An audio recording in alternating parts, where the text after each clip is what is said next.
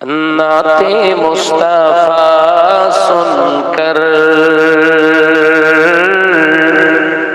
रूह जब मचलती है,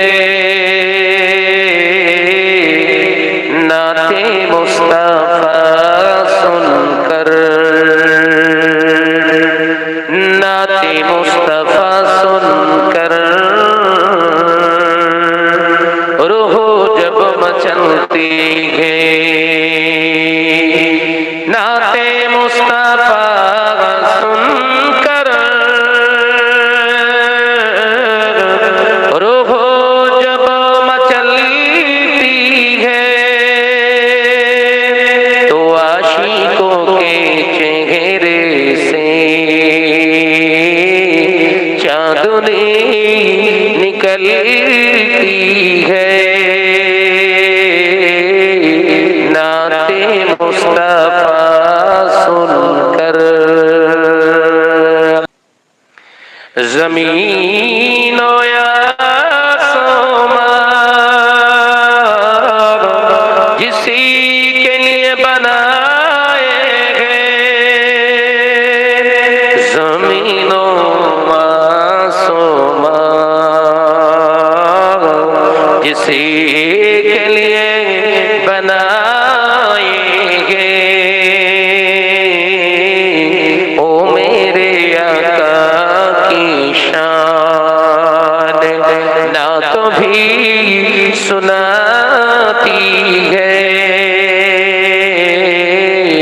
नाते मुस्तफा सुनकर। मुसलमान घरे घरे কিছু কম বেশি নামাজি তৈরি হয়েছে। দাড়িওয়ালা টুপিওয়ালা মাশাআল্লাহ আগে খুব কম দেখা যেত, এখন খুব বেশি দেখা যায়। মসজিদ একটা থাকলে ভেঙে দুটো হয়েছে, মাদ্রাসা 10টা থাকলে 100টা হয়েছে। তার মানে দ্বীন ও শরিয়াতের কাজ দিনের পর দিন বেড়েছে না কমেছে? বেড়েছে। কিন্তু খেয়াল করে দেখুন, মানুষের ভিতর থেকে আল্লাহর ভয় এবং রাসূলের মহব্বতটা আস্তে আস্তে যেন পালিয়ে যাচ্ছে। কথা ঠিক না ভুল? জোরে বলে। নামাজ পড়ছে, রোজা করছে, হজ করছে, যাকাত দিচ্ছে, মসজিদ বানাচ্ছে, মাদ্রাসা চালাচ্ছে, কিন্তু আল্লাহর যে ভয় রেখে আমাদের চলা আর চালানো উচিত, সেটা কিন্তু আমাদের ভিতরে পাওয়া মুশকিল হয়ে যাচ্ছে। যদি বলেন না কি করে হলো, যিনি আল্লাহর রেজামন্দির জন্য মাদ্রাসা চালান, তিনি গরিবের যাকাতের টাকা তিনি কিন্তু ওই বড়লোক বাচ্চাদের খাওয়াতে পারবেন না। কথা বুঝতে পারলেন? যাকাত বড়দের জন্য ফরজ আর গরিবদের জন্য ওটা হক। গরিব কারা? যাদের দিন আনা দিন খাওয়া পড়াশোনার ক্ষমতা নেই, ভার বহন করার ক্ষমতা নেই, এরকম নিঃস্ব ব্যক্তির জন্য যাকাত নেওয়া হচ্ছে বৈধ। কিন্তু আমি শাহনাজ আমার বাচ্চাটাকে যখন মাদ্রাসায় পড়াচ্ছি, আমার তো তার ভরণ পোষণে পড়াশোনার খরচা দেওয়ার আল্লাহ তৌফিক দিয়েছে। একটা অর্থবিত্তওয়ালা মানুষ, সে প্রতি মাসে 1000 টাকা করে দিচ্ছে মাদ্রাসায়, তার ছেলে পড়ে, ওই পড়া বাবদ, খাওয়া বাবদ, শোয়া বাবদ। মাদ্রাসা কর্তৃপক্ষ কি করছে? ওই 1000 টাকা নিয়েই ওই বাচ্চাটাকে খাবার পারমিশন দিচ্ছে। ও তোর বাপের জমি বিক্রি করে খাওয়াবে না। যারা মাদ্রাসা চালাচ্ছে ওদের বাপের জমি বিক্রি করেছে না, জমি কিনেছে। আরো আলোচনা বুঝতে হবে। অপব্যাখ্যা করবেন না যে মাদ্রাসা বিরোধী করছে শাহনাজ ভাই। আল্লাহর ভয় আমাদের ভিতরে নেই, সেটা একটু একটু করে বলছি, মাথার ভিতর ঢোকা। এতে করে দেখা যায় যারা মাদ্রাসা পরিচালনা করছেন, ডাইরেক্টর যারা চালনা করছেন, তাদের অন্য জায়গা থেকে ম্যানেজ করতে হচ্ছে। নিজের বাপের ভিটে বিক্ষিপ্ত করিনি, তাহলে ওই টাকাগুলো আসছে কোত্থেকে? দেখা যায় 200 কি 500 ছেলে মাদ্রাসায় পড়াশোনা করছে, তার ভিতরে 100 হলেও গরিব ছেলে রয়েছে যারা অর্থ দিতে পারে না। কথা ঠিক না ভুল জোরে বলে? আর 400 ছেলে টাকা দেয়, কিন্তু ওই টাকায় একটা বাচ্চার সারা মাসের খরচ চলে না। তাহলে ওই 400 ছেলে প্লাস ওই 100 500 ছেলের খরচ যোগাচ্ছে কিভাবে? নিশ্চয়ই কেউ যাকাত, ফিতরা, কুরবানির চামড়ার টাকা দিচ্ছে, কথা বলছেন না কেন? কিন্তু এই টাকা টোটাল হকদার কারা? ওই 100 ছেলে। খাচ্ছে কজন? হক মারা শুরু হয়েছে না হয়নি? একদম হিসাবে বলছি, মাদ্রাসা বিরোধী নয়, আমাদের ভিতর থেকে আল্লাহর ভয় উঠে যাচ্ছে। এটা হচ্ছে তার প্রথম সিম্পটম, এটা হলো তার প্রথম এক্সাম্পল, উপমা। দ্বিতীয়, মসজিদ সুন্দর তৈরি হচ্ছে। মসজিদ কার ঘর? জোরে বলতে হবে। আমি একদম ভিজি কথা পছন্দ করি না। আমি নিজে স্পষ্ট কথা বলি এবং স্পষ্টবাদীদেরকে খুব ভালোবাসি আমি অন্তর থেকে। একটা মসজিদ, আল্লাহর ঘর নির্মিত হচ্ছে, আমরা নির্মাণ করছি। পুরাতন মসজিদ যেটা ছিল ওটা টালির ছাওয়া কিংবা টিনের ছাওয়া ছিল, অ্যালবেস্টার দিয়ে ছাওয়া ছিল, কিংবা মাটির দেয়ালে ছাওয়া মসজিদ ছিল। ওই মসজিদটা তৈরি করতে যে কারো কোনো হারামখোরের কাছে হাত পাততে হয়নি। কথা ঠিক না মসজিদ বলে? কিন্তু ওই মসজিদটা ভেঙে ওকে পুনর্জীবিত করা, সংস্কার করার কারণে ও ছাদ দিতে হয়েছে। আবার কিছু মানুষের পছন্দ মার্বেল লাগাও, কিছু মানুষের পছন্দ দুটো মিনার বানাও, কিছু মানুষের পছন্দ 4টে মাইক লাগাও, কিছু মানুষের পছন্দ ওই মাইকের সঙ্গে একটি ইকো মিক্সচার মেশিন লাগাও, আজান যেন শুনতে ভালো লাগে। এই চাহিদা আমাদের পূরণ করতে দেখা যাচ্ছে মসজিদ খুব সুন্দর হয়ে গেছে, কিন্তু যে টাকায় মসজিদ করার শরীয়ত অনুমতি দেয় সে টাকা নেই। আমার আলোচনা কিন্তু বুঝতে হবে। কিছু মৌলী সাহেব আমার এই কথাগুলোর অপব্যাখ্যা করছে সমাজে, এ কৈফিয়ত দিতে হবে আল্লাহর কাছে। হচ্ছে কি, গ্রামে টোটাল কালেকশন করে, টোটাল বাড়িতে চাঁদা ফেলে মসজিদ নির্মাণ হচ্ছে।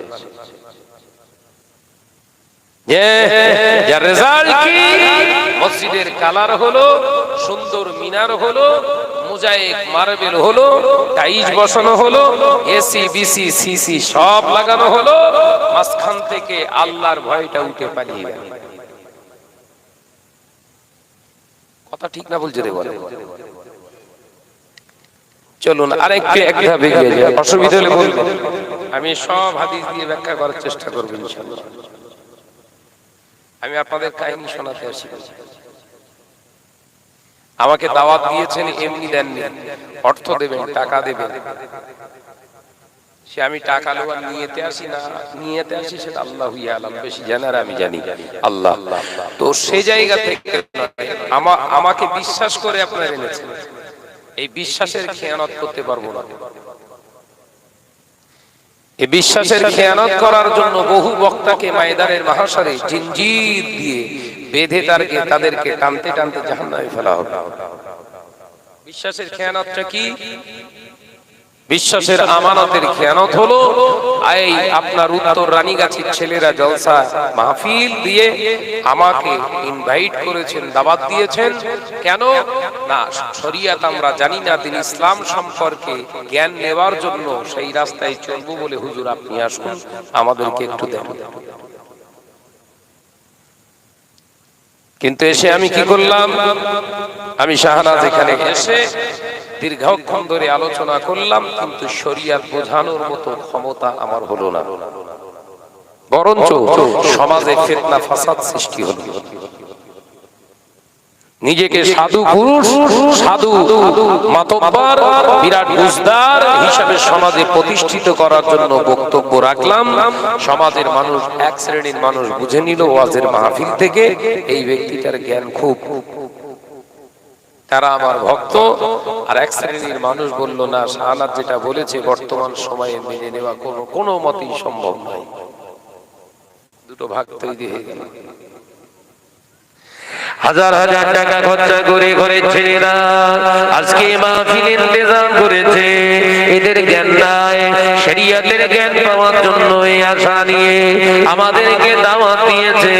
আমরা এলাম, এখানে খাওয়া দাওয়া করলাম, 2 ঘন্টা ধরে ওয়াজ নসিহত করলাম। যুবকেরা, ওই ওয়াজটা যদি ফি সাবিলিল্লাহ, আল্লাহর রাস্তায় যদি না হয়, ওই ওয়াজ নসিহতটা যদি জাতিকে উপকার করার লক্ষ্যে যদি না হয়, এ নওজওয়ানেরা, যুবকেরা শুনে রেখে দিন, জেনে রেখে দিন, ওয়াজ করে টাকা চেয়ে না নেওয়া যতটা আপনি অপরাধী, আপনি যতটা নিজেকে সাধু বলে ভাবেন, আপনি যতটা অপরাধী আল্লাহর কাছে। টাকা চেয়ে নিয়ে যারা ওয়াজ নসিহত করছে, ময়দানের মাশারে একই কাতারে দাঁড়াতে হবে। ওরা টাকা চেয়ে স্বার্থের জন্য ওয়াজ করেছে, কিন্তু আপনি তো সমাজকে বুঝিয়েছেন নিঃস্বার্থে ওয়াজ করছেন। তাহলে আপনার ওয়াজের জুত এরকম কেন? কথা ঠিক না বুঝছেন? আপনার ওয়াজের জুত এরকম কেন? আপনার ওয়াজ শুনে তো ঐক্যের একটা মনোভাব তৈরি হবে। যে মসজিদটায় সারা রানীগাছির মুসলমানেরা একসঙ্গে নামাজ পড়তো, এমন ওয়াজ সেখানে বীজ ঢেলে দিলেন, ওই মসজিদ মাঝের পাড়া চলে গেল কেটে আর একটা মসজিদ তৈরি হয়ে গেল। ইসলামের উপকার হয়েছে না ক্ষতি হয়েছে? আমি জানি এখানে পিন মেরে দেবো, এমন ভাবে বক্তব্য দেব, এই মসজিদটা ভেঙে যদি নতুন একটা মসজিদ নির্মাণ করা যায়, এ জলসায় আমার আসার দরকার নেই। যে মসজিদটা আমার ফতোয়ায় তৈরি হবে, ও মসজিদ আমার বাদ দিতে পারবে না, কারণ হুজুরের দ্বারা হয়েছে মসজিদ। জায়গা পাকা। উপকারটা কার হলো? শরিয়াতের নাম। কথা বলছেন না আমার না? এই প্রফিট নেলেওয়ালা মোল্লাদেরকেও জাহান্নামে দেবে আল্লাহ। ওই জন্য আপনাদের ভাই শাহনওয়াজ নির্বিচিত্তে দীপ্ত কণ্ঠে কথা বলে। ও তুই আবার হুজুর বলবি না খেজুর বলবি, তোর পার্সোনাল ব্যাপার। তোমার কাছ থেকে হুজুর শব্দটা পেয়ে আমি খুশি হব, আশায় তো আমি আসি না। যুবকেরা, ছেলেরা, বাচ্চারা, পর্দানিশীনা মা বোনেরা, মুসলিম সমাজে এত নসিহত, এত মাওলানা, এত হাফেজে কারি, এত কোরআন পড়নেওয়ালা, সহিভাবে তার দিলের সঙ্গে কোরআন পড়নেওয়ালা মানুষের সংখ্যা বেরিয়ে গেছে। এত সুন্দর ইবারত পড়নেওয়ালা মুসলমান আলেম বেরিয়ে গিয়েছে। এ নওজওয়ানেরা, যুবকেরা, ওই সুন্দর ইবারত পড়নেওয়ালা আলেমটা, সুন্দর কোরআন তিলাওয়াত করনেওয়ালা কারিটা সমাজে দীর্ঘদিন ধরে ওয়াজ নসিহত করলে, ওয়াজ নসিহত করে করে, ওয়াজ নসিহত করে করে সমাজের মানুষ কতটা উপকৃত হয়েছে আমি জানি না। ইসলামটা কোন রকম তার কাছ থেকে উপকৃত হয়নি। যদি হতো, এত ওয়াজ নসিহত করার পরে মুসলিম সমাজে 95% মুসলমান ঘরে সুদের টাকা ঢুকে যেত না।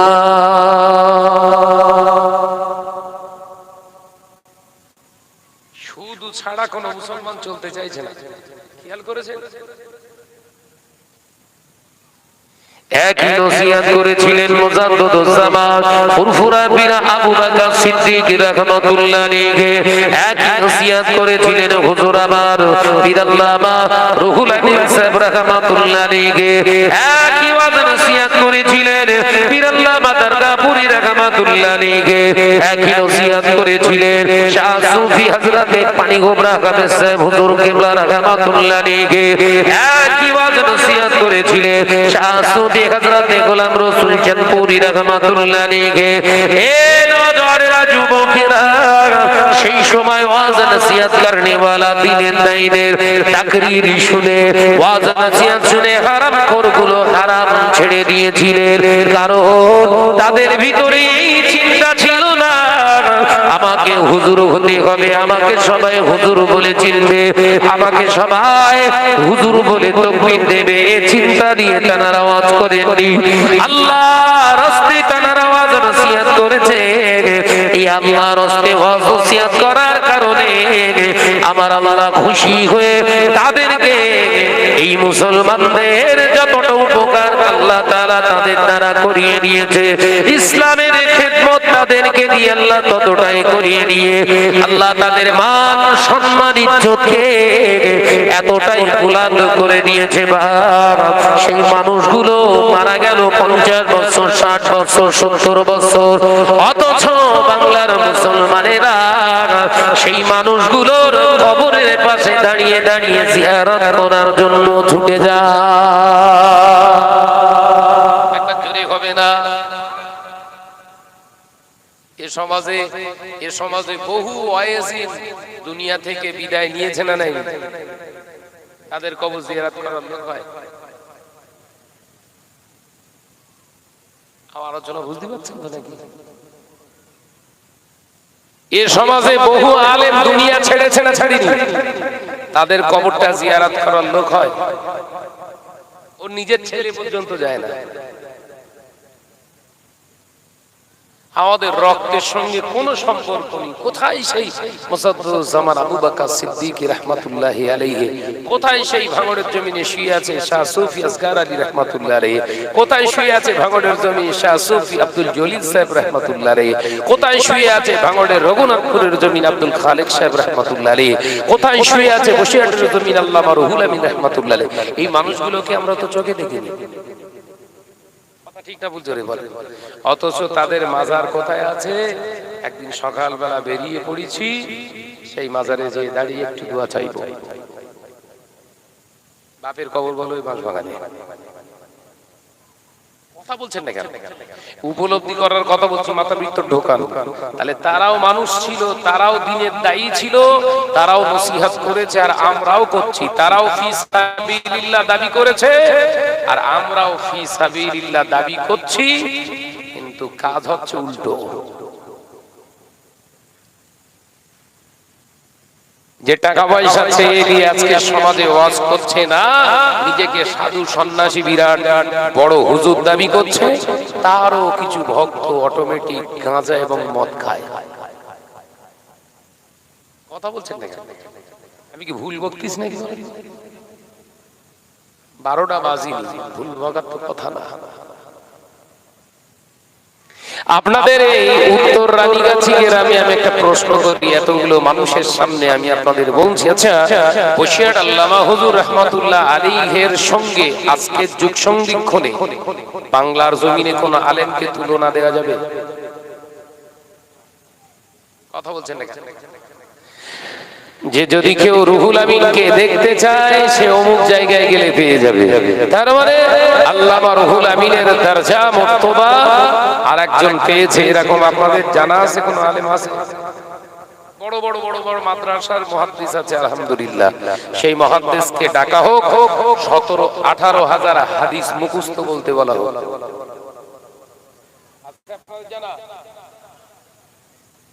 25,000 শরিয়াতের কিতাব, আমি ধরে নিলাম 25,000 শরিয়াতের কিতাব এবং 18,000 হাদিস মুখস্থ আছে, আমি ধরে নিলাম কেউ আছে। তাকে জিজ্ঞাসা করা হোক, আপনি ওয়াজ করেছেন, কোনদিন কি রাসূলুল্লাহকে দেখতে পেয়েছেন? মুতে শুয়ে পড়বে। এ কথা বলছেন না? পারবে? সমাজের বুকে এতটাই খারাপই চলে যেতে আমি সারারাত আমার পক্ষে দালাল ফিট করে দিয়েছি। ওয়াজ নসিহতের নামে ভণ্ডামি করছে সমাজে, আমি প্রতিপক্ষী, সমাজে আমার হয়ে দুই গাল, আমাকে সবাই মান্যতা দেবে, আমি সমাজ সেনা হব, আমি দালাল ফিট করে দিলাম। দালাল করে শাহনাজের মতো এত বড় বক্তা, এত বড় আলেম আর কেউ নাই। একজন ছিল আল্লামা রুহুল আমিন রাহমাতুল্লাহ আলাইহি। দ্বিতীয় রুহুল আমিন যদি কেউ হয় সেটা হলো শাহনাজ। এ নওজওয়ানেরা, আমি শাহনাজ যদি অন্তত এই কথার প্রতিবাদ প্রোটেস্ট না করি, এতে সহজে সমাজকে জানানো হয় ওই কথাতে আমার মৌন সমর্থ আছে না নাই? যে আমার হয়ে দালালি করে মাইকের সামনে বলেছে, ওই কথা শুনে আমি প্রতিবাদ করিনি, তার মানে ওই কথাটাকে সাপোর্ট করা হয়েছে না হয়নি? আমির শরিয়া আলা হযরত রাজার হুজুর পীর কেবলা রাহমাতুল্লাহ আলাইহি, অন্যতম খলিফা আল্লামা রুহুল আমিন রাহমাতুল্লাহ আলাইহি হুজুর ওয়াজ নসিহত করতেন। এমন এমন মাহফিলে হুজুর ওয়াজ নসিহত করেছে, সেই মাহফিলে আল্লামা রুহুল আমিন রাহমাতুল্লাহ আলাইহি নিজে চোখে নবীকে দেখতে পেয়েছে। জোরে হবে না? তাহলে কতটা বেরেন ওয়াশ না করলে এইসব কথাগুলো আমার জবান দিয়ে বেরোয়। তাই সময় এসেছে একটু ওয়াজ বুঝে নেবার। এই কথা বুঝতে পারছেন না? সময় এসেছে এখন আপনাদের ওয়াজ বুঝে নেবার। আলেম দাওয়াত করবেন, বক্তা দাওয়াত করবেন, এসে ওয়াজ করবে, ওনার মতো উনি ওয়াজ করবে, কিন্তু এই ওয়াজের ভেতর থেকে আপনাদের প্রশ্ন করতে হবে। কথা বুঝতে পারছেন না? যদি প্রশ্ন না করে, পুজোর গাড়ি দেওয়ার পরেও আপনার মুখ দিয়ে বের করবে সুবহানাল্লাহ। তল্লাবাসের মাছ, তল্লাবাসের ঝাড় থেকে কেটে এলে ভেলকু বাসের ভেতর ঢুকিয়ে দেবে বলে মাছ সুবহানাল্লাহ। এই কথা ঠিক না? বুঝলেন? তাই আপনাদের এই পকেটের অর্থ সে শাহনাজ চেয়ে লেখ আর না লেখ, টাকা তো লেখছে। তাই ওর কাছ থেকে নসিহতটা নিতে হবে একটু বুঝে। কথা বুঝতে পারছেন না? যদি না নেন, এর জন্য কিয়ামতের দিন মনে করছেন আমি ছাড় পেয়ে যাব। আমরা তো দাওয়াত করেছিলাম, হুজুরের এরকম করিনি তো হুজুর বুঝে নেবে, আপনিও মার খাবেন। কথা বুঝতে পারেন?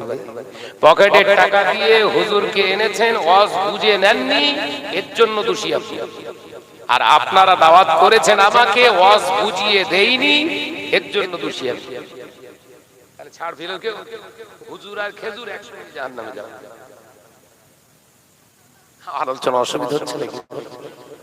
আমি আমার স্বার্থে কথাগুলো বলছি না, হয়তো কিছু মানুষের অন্তরে লেগতেছে, এই তো ঠিকই ঠিকই বলতেছে, ঠেলা মেরে মেরে বলতেছে, ঠিক না বলো।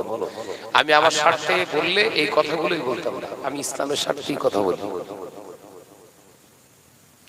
ভাইরা, নওজওয়ানেরা, যুবকেরা, ছেলেরা, বাচ্চারা, পর্দানিশিনা মা ও বোনেরা, আল্লাহ নবী দোজানের বাদশা হাবিবুল্লাহকে, নবী জনাবে মুহাম্মদুর রাসূলুল্লাহকে সাল্লাল্লাহু আলাইহি ওয়াসাল্লাম পাক জবানে জানিয়ে দিলেন, আল উলামা ওয়ারাসাতুল আম্বিয়া। ও মুসাবিরা, আমি রাসূলুল্লাহকে সাল্লাল্লাহু আলাইহি ওয়াসাল্লাম তোমাদের জানিয়ে দিয়ে গেলাম, শুনে নাও, জেনে নাও, আলেম সম্প্রদায় হলো, আলেমেরা হলো আমি রাসূলুল্লাহর উত্তরসূরি, আলেম সম্প্রদায় হলো আমি রাসূলুল্লাহর উত্তরসূরি। ও আমার সাহাবীরা, শুনে রেখে দাও, জেনে রেখে দাও, দুনিয়া জমিন থেকে আমি হয়তো চলে যাব, আমার পরে আমার কাজ, আমার দায়িত্বটা পৃথিবীর কোন মানুষ পালন করবে কিনা আমি রাসূলুল্লাহ জানি না, কিন্তু আমি জানিয়ে দিয়ে গেলাম, আমার দায়ভার, আমার কাজ, আমার কর্মটা আমার আলেম উম্মত উম্মতিরাই করবে, এরাই হলো আমার উত্তরসূরি। আলেমের কত দায়িত্ব রাসূলুল্লাহ দিয়ে গেলেন। জলসায় আসছি, মুরগির রান গপ ছিটছি, গরুর ঠ্যাং গপ ছাড়ছি, মিষ্টি জন্মের খাওয়া খাচ্ছি, মনে করছি আমার মতো বড় হুজুর আর কেউ নেই। ফেরেশতারা বলছে সব হিসেব হচ্ছে, তো চুরো একদম কবরে কথা বুঝাচ্ছে। এখন আমার শত্রু কারা বলেন? অধিকাংশ আমার যারা শত্রুতা করছে সব স্টেজধারী বেশি। ব্যবসার গোড়ায় শাবল মেতিস তো পুরো শাবল মারাচ্ছে কোথায়? পুরো ব্যবসার গোড়ায়। এ ওয়াজ ওসিয়াত করলে আমারও তো ক্ষতি হয়, দাওয়াত খাওয়াত সব বন্ধ হয়ে যাবে না? দাওয়াত বন্ধ হয়ে যাবে, পুরাই বলছে তোরা দাওয়াত খাওয়াত আর হবে না। আমি ওই জন্যই তো করছি যাতে বাড়িতে শুয়ে থাকতে হয়, কিন্তু হচ্ছে না।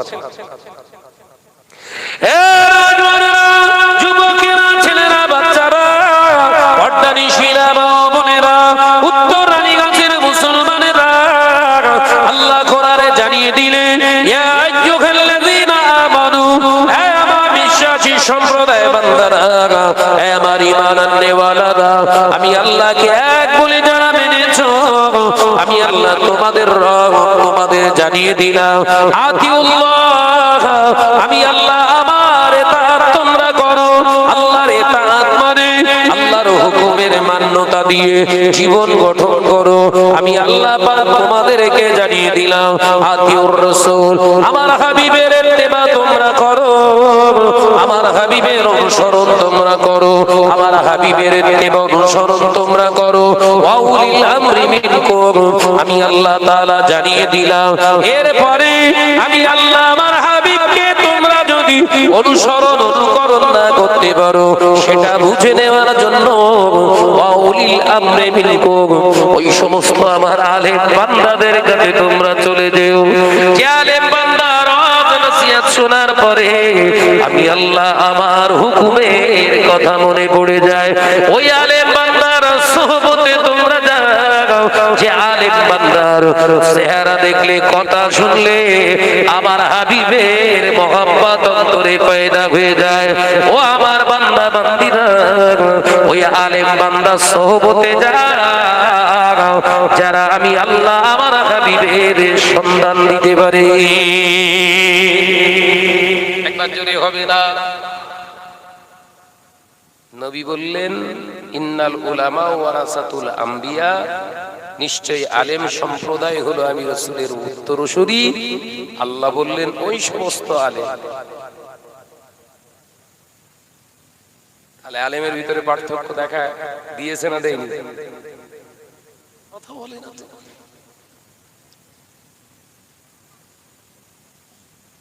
ভালো কোরআন তেলাওয়াত করতে পারে, ভালো হাদিস পড়তে পারে, ভালো সুন্দর করে তাফসীর করতে পারে, ওই আলেম, ওই আলেমের কাছে গেলে পাওয়া যাবে, তাই তো? আরে বসিয়ার আল্লামা হুজুর তাফসীর পড়তে পারে, ভালো কোরআন তেলাওয়াত করতে পারে, হাদিসের একজন হাফেজ, সেই মানুষটা আর এক আলেমের কাছে ছুটে গেছেন। আলেমটার নাম কি? মুজাদ্দিদুজ জামান হযরতে আবু বকর সিদ্দিক রাহমাতুল্লাহি আলাইহি, তানার দরবারে ছুটে গেলেন। এই আলেমটা সেই আলেমের কাছে গিয়ে হাজির হয়েছে, কারণ আল্লামা হুজুর হাদিস পড়তে পারে, কোরআন পড়তে পারে, তাফসীর করতে পারে, ব্যাখ্যা দিতে পারে হাদিসের। আল্লাহ রাসূলের সন্ধান নেই। আল্লামা হুজুরের কাছে আল্লাহ এবং রাসূলের সন্ধান নেই। আল্লাহ এবং রাসূল আল্লামা হুজুরের কাছে পাওয়া যাচ্ছে না, উনি পাচ্ছেন না আল্লাহ রাসূলকে। তাই সন্ধানে বেরিয়ে পড়লেন, খুঁজে খুঁজে আরো দু জায়গায় মুরিদ হয়েছেন, কিন্তু তাদের কাছ থেকেও ঠিক সন্ধান পাইনি।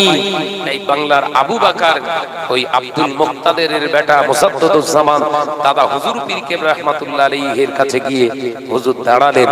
মুজাদ্দিদুজ জামানও আপনার আসরের নামাজ পড়বার জন্য ওযু বানাচ্ছিলেন। ওযু করে শেষ করার পরে মুখটা মুছতে মুছতে আল্লামা হুজুরের চেহারার দিকে তাকিয়ে মুজাদ্দিদুজ জামান বলেছিলেন, নাম জিজ্ঞাসা করিনি, হুজুর বলেছিলেন, বাবা রুহুল আমিন, বসিরহাটের জমিন থেকে এসেছো পীরকে পরীক্ষা করতে। একবার জোরে বলো, জোরে হলো না তো? একটু ঝেড়ে মারো। বাবা রুহুল আমিন, পীরকে পরীক্ষা করতে এসেছো?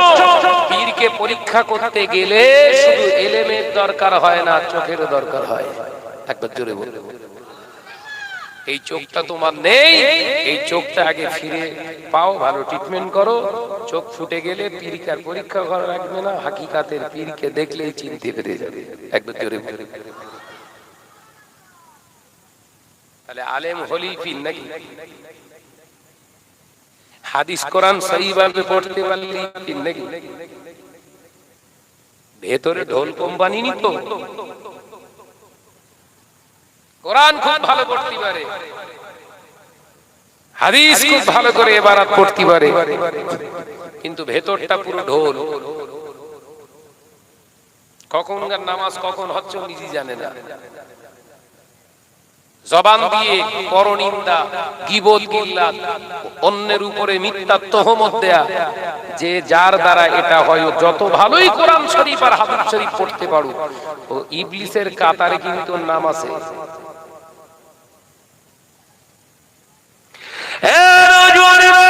যুবকেরা, ছেলেরা, বাচ্চারা, মুজাদ্দিদুজ্জামান আমির শরিয়া আলা হযরত দাদার হুজুর পীর কেবলা রাহমাতুল্লাহ আলাইহি, হুজুর আমার আল্লামা হুজুরকে বললেন, ও বাবা রুহুল আমিন, বসিরহাটের ছেলে, যাও বাবা যাও, আমি তোমায় বলছি যাও, বাবা আলেম হয়েছো, বাবা রুহুল আমিন, চলে যাও, বাড়িতে চলে যাও, পাঁচ ওয়াক্ত নামাজের পরে পরে যোহরের ওয়াক্ত নামাজ শেষ করে 100 বার করে ইস্তিগফার করো বাবা, আসরের নামাজ শেষ করে 100 বার ইস্তিগফার করো বাবা, মাগরিবের নামাজ আদায় করে 100 বার ইস্তিগফার পড়ো বাবা, ও বাবা রুহুল আমিন, এশার নামাজ আদায় করে আবার 100 বার তওবা করো বাবা রুহুল আমিন, ফজরের নামাজ আদায় করে 100 বার করে তওবা করো। এই আমলটা 40 দিন ধরে করো, আমি আবু ভাঙ্গা তোমায় কথা দিলাম, পীরকে চেনার আল্লাহ চোখ ফিরিয়ে দেবে।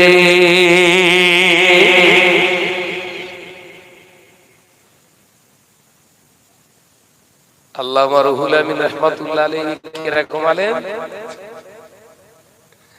সহি শুদ্ধভাবে কোরআন তেলাওয়াত করতে পারে, নইলে কিতাবে লিখতে পারে গায়রিল মাকজুজে বলে, গায়রিল মাকজুজ, তার পেছনে নামাজ পড়া হবে না।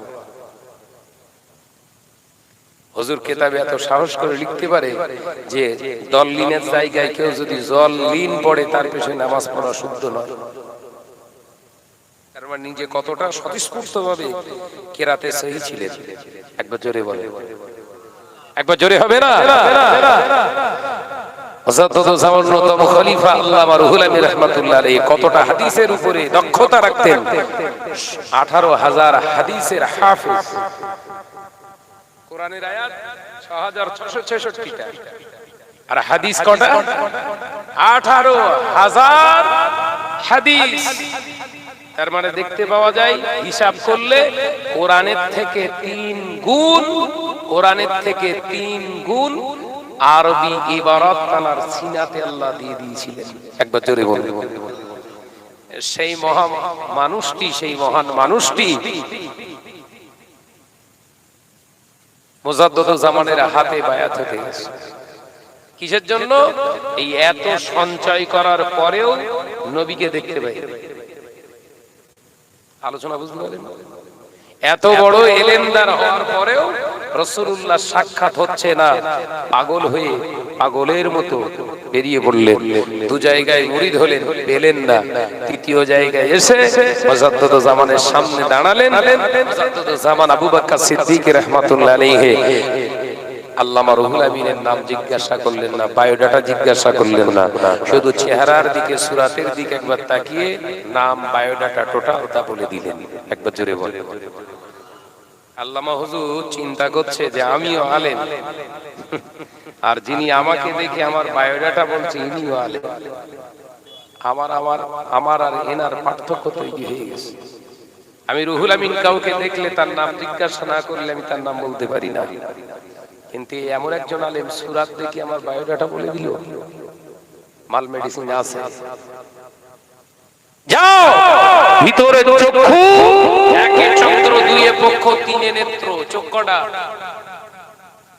বলছে না, বুঝে দুটো চক্ষুটা, তিনটে, একে চন্দ্র, দুইয়ে পক্ষ, তিনে নেত্র। নেত্র শব্দের অর্থ হচ্ছে চক্ষু। দেখবেন ওই চক্ষু পরীক্ষার কোন হসপিটালে বোর্ডে সাইনবোর্ডে লেখা থাকে কি নেত্র হসপিটাল।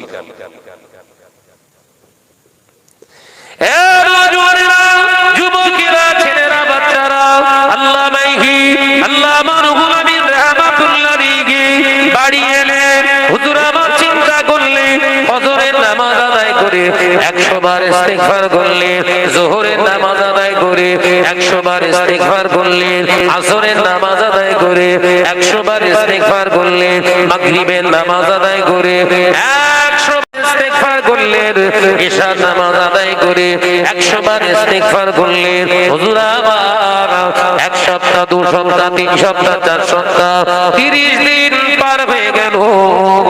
হঠাৎ দুজন সঙ্গীকে নিয়ে বসিরহাট থেকে বেরিয়ে পড়লেন মুসাদ্দুদুজ্জামানের দরবারে। আল্লামা হুজুর, হুজুর আমার মুসাদ্দুদুজ্জামানের দরবারে দিকে লক্ষ্য করে হাজির হলেন। এ নওজোয়ানেরা, শিয়াখালা বাজার বলে একটি জায়গা আছে, হুগলি জেলা ফুরফুরা শরীফ থেকে ঠিক 4 কিলোমিটার আগে। হুজুর আমার ওখান থেকে গাড়ি থেকে নেমে গিয়ে পায়ের জুতা দুটো খুললেন, পায়ের জুতোটা খুলে হুজুর আমার একটি ব্যাগের ভিতরে নিয়ে ব্যাগটাকে বগল দাবায় চেপে ধরে নিয়ে খালি পায়ে রাস্তা দিয়ে হেঁটে হেঁটে যায়। একজন সঙ্গী আব্দুল ওদুদ সাহেব তিনি বললেন, ও ভাই রুহুল আমিন, আপনি পায়ের জুতা খুলে কেন হেঁটে হেঁটে যান? মুসাদ্দুদুজ্জামানের অন্যতম খলিফা আল্লামা রুহুল আমিন রাহমাতুল্লাহ আলাইহি হুজুর ওই সময় কাঁদতে কাঁদতে বলেছিলেন, ভাই আব্দুল ওদুদ, ও আল্লাহর বান্দা, শুনে আমি যে রাস্তা দিয়ে যাই, যেদিকে যাই, সেটা তাই দরবারের নাম হলো দরবারে ফুরফুরা শরীফ। শুধু দুনিয়ার মানুষ সেখানে আসে তা নয়, যে জায়গায় স্বয়ং রাসূলুল্লাহ রূহানি হালাতে আল্লাহর নবী সাহাবীদের সঙ্গে মাঝে মাঝে হাজির হয়ে যায়। আমি রুহুল আমিন ওই দরবারে কি করে পায়ে জুতো দিয়ে যায়? আমি গুনাহগার রুহুল আমিন পায়ের জুতাটা ধুলা যদি ওই জমিনে লেগে যায়, আমি রুহুল আমিন মনে করি বেয়াদবি হয়ে যাবে। তাই আমার পীরের দরবারে যাবার আগে আমার পায়ের জুতা খুলে আমি হেঁটে হেঁটে যাই। পার্থক্য হলো কদিনে? সবক দিলেন 40 দিনে, 30 দিনে কাজ হয়ে গেছে। বলো,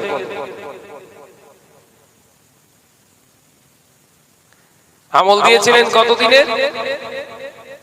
40 দিনে। কিন্তু 30 দিন করে 31 দিনের মাথায় ফুরফুরা আসছে। আগে এসেছিল জুতো খুলে, এবার যাচ্ছে কে সে কে? আমাদের মতো নদোষদ। দুই একজন ছেলে ফুরফুরায় যায়, পকেটে বিড়ি। ঠিক না? বুঝলেন? আমি কি ভুল বকছি নাকি? দুই একজন এমন ছেলে আছে, টেরেঙ্গা, গুটখা, বিড়ি, সিগারেট সব লে যায়, কারণ তার সন্দেহ আছে হয়তো ওখানে গিয়ে মাল পাবো না। ভবিষ্যতের কথা চিন্তা করলে যায়। কি মহব্বত, ভালোবাসা!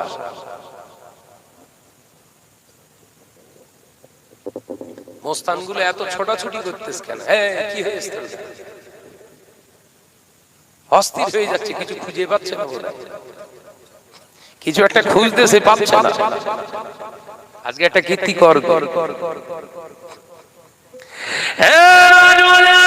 যুবকেরা, ছেলেরা, বাচ্চারা, পর্দানিশীরা, মা বোনেরা, মুসাদ্দুদুজ্জামান আমির শরিয়াত আলা হযরত দাদা হুজুর পীর কিবলা রাহমাতুল্লাহ আলাইহি দরবারে বসেছিলেন। আল্লামা রুহুল আমিন সাহেব রাহমাতুল্লাহ আলাইহি হুজুর আমার দুইজন সঙ্গীকে নিয়ে যখন দরবারে ফুরফুরা শরীফের দিকে আসলেন, দরবারের দিকে রওনা হলেন, মুসাদ্দুদুজ্জামান আমির শরিয়াত আলা হযরত দাদা হুজুর পীর কিবলা রাহমাতুল্লাহ আলাইহি হুজুর আমার দরবারে বসা অবস্থায় ছিলেন।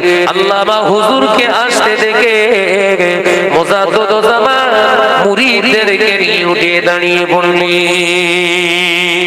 আল্লামা যখন মুসাদুল জামান দাঁড়িয়েছিলেন, আল্লামা হুজুর থমকে দাঁড়িয়ে গেলেন, হাঁটা বন্ধ করে দিলেন।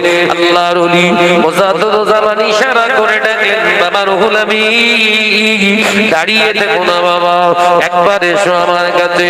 আল্লামা টুক টুক টুক টুক করে যখন আসলেন, মুসাদুল জামান বললেন, ও বাবা রুহুল আমিন, 30 দিন আগে আমার কাছে এসেছিলে বাবা, তখন তোমাকে দেখে আমার রেসপেক্ট করতে মন চাইতো না, সম্মান করতে আমার মন চাইতো না, কিন্তু তুমি 30 দিন বাড়ি চলে গেছো। আজকে তুমি যে রুহুল আমিন আমার দরবারে এসেছো, তোমার চেহারা দেখে তোমার জ্ঞান এলেমের সম্মান করতে আমার ইচ্ছা করে।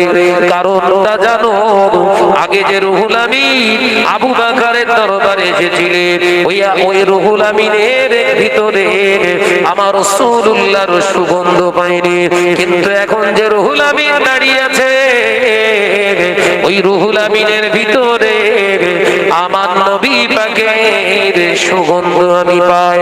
যে আলেমের ভিতরে রাসূলুল্লাহর সুগন্ধ পাওয়া যায়, ওই আলেমকে আমি আবু বকর সম্মান করার জন্য দাঁড়িয়েছি।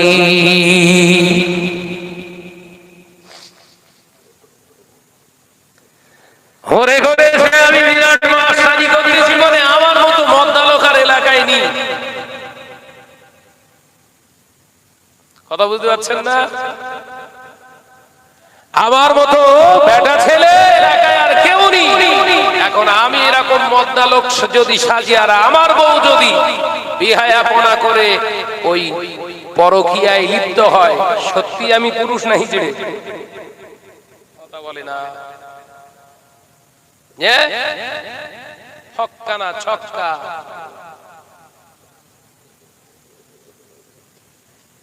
মধ্যম গ্রামের দিকে জলসা করতে গেলে প্রশ্ন করলে ওরা বলে, হুজুর হিজড়ে না ছক্কা? আমি বড় বড় ভাষণ দিয়ে বেড়াবো, আমার বউ পরকীয়া করবে, সেই বউ ভাত রান্না করে দেবে, আর বিসমিল্লাহি ওয়ালা বারাকাতিল্লাহ বলে চালাবো। আমার মতো নরাধম পশু স্টেজে ওঠা নয়, জুতিয়ে অবশ্যই পানিতে ফেলে দেওয়া উচিত। এই কথা ঠিক না বুঝলে বলে?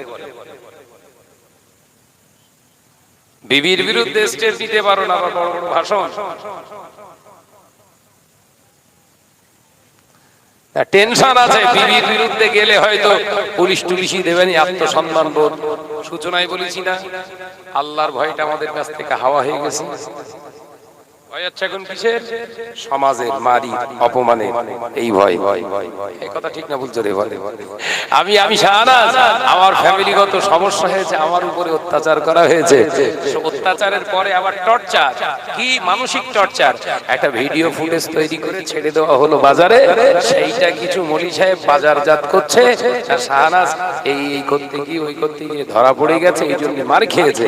আমার কোনো মতো ভিতরে টেনশন নেই, আপনি আমার সঙ্গে যখনই কথা বলবেন হেসে কথা বলবো, কারণ আমার টেনশন নেই। এই কারণে আমি ওই কাজের কাজী নই। আমার পেছনে যতই চেল্লাস না কেন, দেখবেন হাতি রাস্তা দিয়ে গেলে ওর পেছনে এই হাতির মতোই 4 পা তার গা আছে, দলে দলে পেছন দিয়ে ঘেউ ঘেউ করে। একবারও দাঁড়িয়ে কোনদিন হাতি মাথা ঘুরিয়ে একবার দেখিনি, কেন ওরা দেখতেছ কেন? ওদেরকে নাম কি বলা হবে? কুকুর। কুকুর কুকুর কি বললো? কুকুর। রাস্তা দিয়ে হাতি চলছে, হাতিও একটা প্রাণী, আর যারা পেছনে ডাকছে ওরা কি? ওরাও প্রাণী। পার্থক্য কি? কুকুর আর হাতি পার্থক্য কি? একজনের দেহ বিরাট বড়, আর একজনের দেহ হচ্ছে ছোট। গুণগত পার্থক্য কি? হাতি যেখানে সেখানে চেল্লায় না,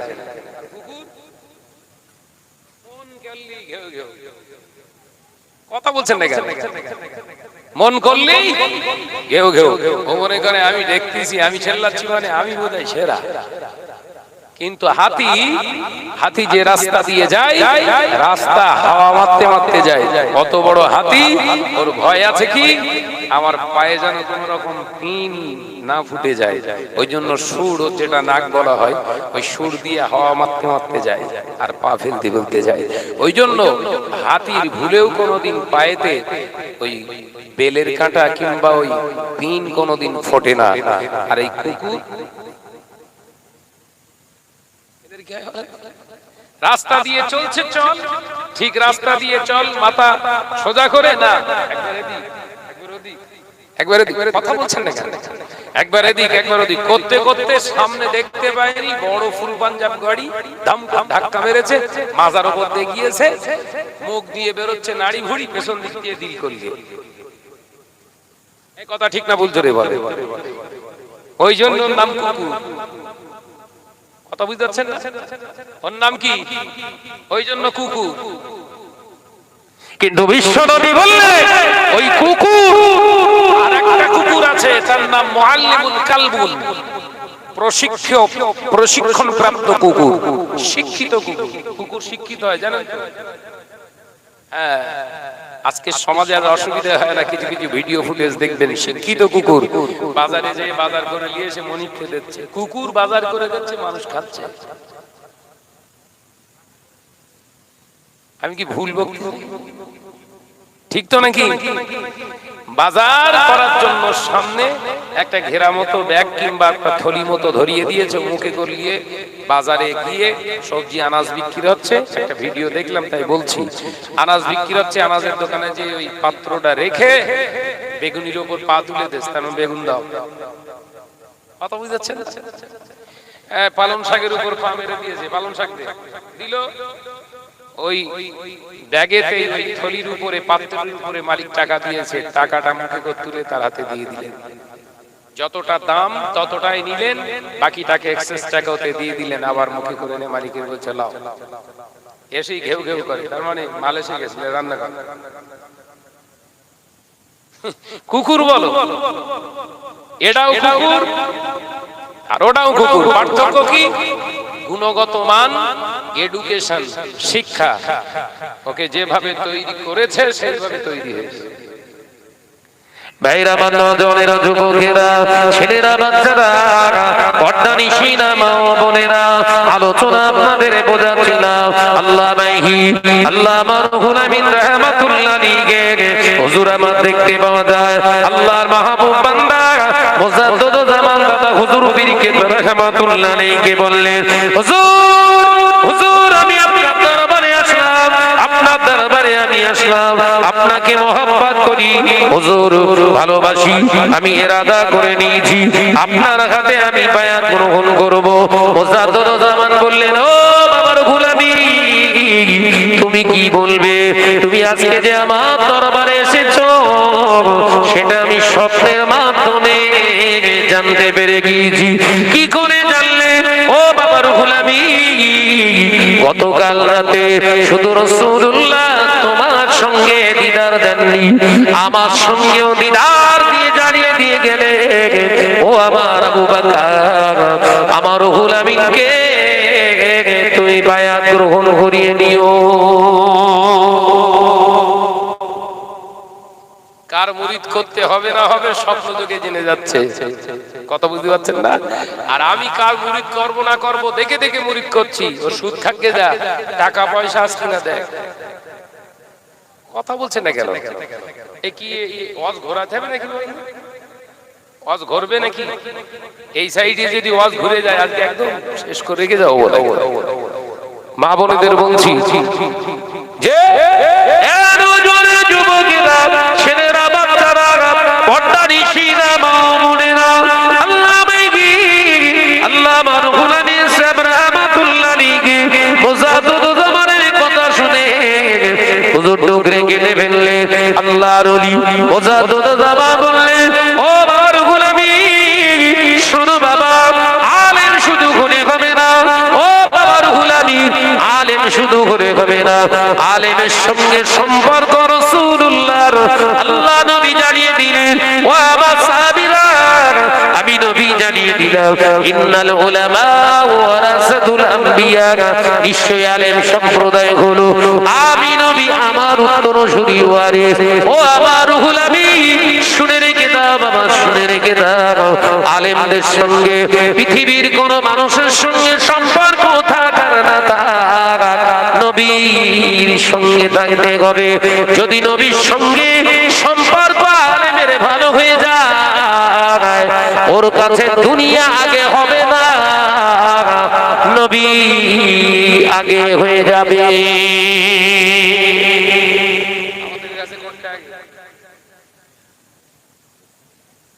ওই জন্য শুরুতেই বলেছিল কি ওয়াজ নসিহত বেড়েছে, তাবলীগের কাজ চলছে সমানে।